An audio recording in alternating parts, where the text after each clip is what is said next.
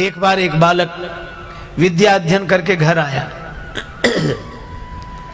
माँ ने अपने बेटे को हृदय से लगाया, मेरे लाडले लाल तू पढ़कर आया, बड़ी खुशी की बात। आज मैं तुझे अपने हाथ से जलपान कराऊंगी, स्वल्पाहार कराऊंगी। एक तस्तरी में 2 लड्डू रखे, बेटा ये लड्डू खा ले, मैं खुश हो जाऊं। बेटा बोला माँ लड्डू बाद में खाऊंगा, पहले विद्या का चमत्कार देख, मैंने क्या विद्या पढ़ी। क्या विद्या का जो नहीं हो उसे सिद्ध कर दूं, असंभव को संभव सिद्ध कर दूं, ये विद्या का चमत्कार है, तर्क की शक्ति है। माँ बोली तेरी ये बातें मुझे समझ में नहीं आती, तू तो जलपान कर। बेटा बोला बाद में। माँ बोली तो क्या करेगा? कब माँ तू ये बता, ये तस्तरी में कितने लड्डू रखे हैं? माँ बोली 2। बेटा बोला 3। ये 3 तो दिखाई नहीं रहे, अभी दिखेगा, अभी मैं सिद्ध कर दूं कि 3 है। माँ हंसकर बोली 2 लड्डुओं को 3 कैसे सिद्ध करेगा? बेटा बोला आप गिनो तो। अब माँ ने गिनना शुरू किया, 1 लड्डू पे हाथ रखा 1। बेटा बोला ठीक। अब दूसरे लड्डू पे हाथ रखा तो 2। बेटा तुरंत बोला 2 और 1 3। अब आप किधर से भी गिनो।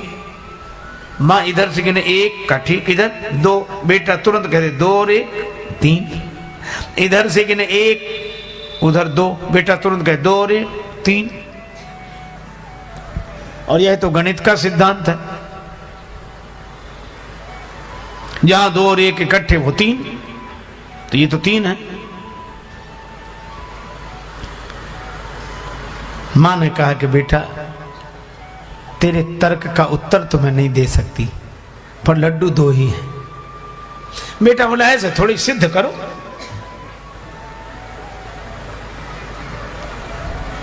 मां बोली तू जीत गया, मैं हार गई। बेटा बड़ा खुश हुआ, इसको विद्वता कहते हैं, इसको विद्या कहते हैं। पर उसका पिता पास में ही बैठा था, वो भी तो उसी का पिता था। उसने कहा कि वाह बेटे क्या कमाल किया है, मुझे साफ साफ दिख रहे हैं कि लड्डू 3 है। तेरी मां तो बिना पढ़ी लिखी सरल है, पर मैं देख रहा हूं लड्डू 3 है। अब एक काम कर, तू जो कह रहा बिल्कुल सत्य है, लड्डू तो 3 ही है। अब एक काम कर, क्या? 1 लड्डू मैं खा लूंगा, दूसरा लड्डू तुम्हारी मां खा लेगी, तीसरा तू खा ले।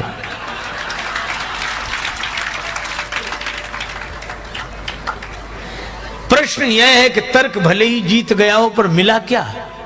क्या तर्क के जीतने से सत्य की उपलब्धि हो जाएगी? तर्को अप्रतिष्ठा, तर्क की कोई प्रतिष्ठा नहीं है।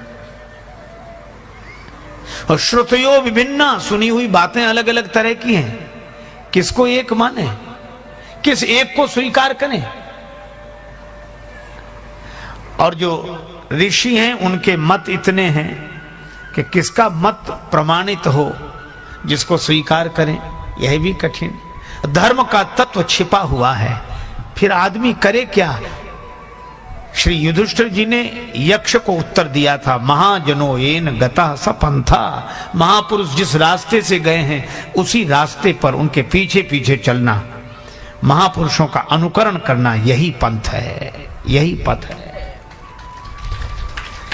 आ गए शौक के आखिरी मोड़ पर, आ गए शौक के आखिरी मोड़ पर, राह के पेचोखम देखते देखते अब तो मंजिल पे एक दिन पहुंच जाएंगे, इनके नक्शे कदम देखते देखते। पीछे भी चलें, किसके पीछे चलें? श्री हनुमंत कथा हमें संदेश